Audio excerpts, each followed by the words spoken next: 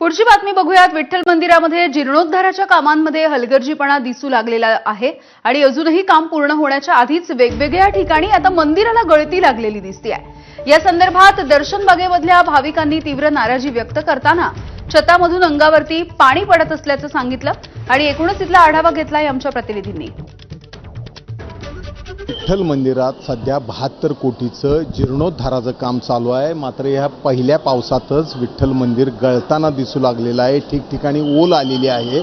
ज्या पद्धतीने ही ओल दिसते ही मंदिराचा भाग आहे, प्रमुख भाग आहे। इथून विठ्ठल दर्शन घेऊन भाविक बाहेर येतात। मात्र या ठिकाणी आपण बघू शकतो काल पडलेल्या पावसाचे पाणी या रीतीने इथं गळताना दिसतंय। अशाच रीतीनं हा आतला जो भाग आहे इथं सुद्धा ठिकठिकाणी ओल आलेली आहे आणि या ओलीमुळं विठ्ठल मंदिराचं जे काम चालू आहे हे कितपत चांगलं झालंय ही शंका आता उपस्थित होऊ शकणार आहे। कारण या पद्धतीने प्रत्येक छताचा भाग असेल किंवा ह्याचे दगडी खांब असतील या इथं ठिकठिकाणी पाण्याची गळती दिसते, ओल आलेली दिसते। आपल्यासोबत काही भाविक आहेत। भिंतीत ओल आलेली दिसते, तुम्हाला दिसते का?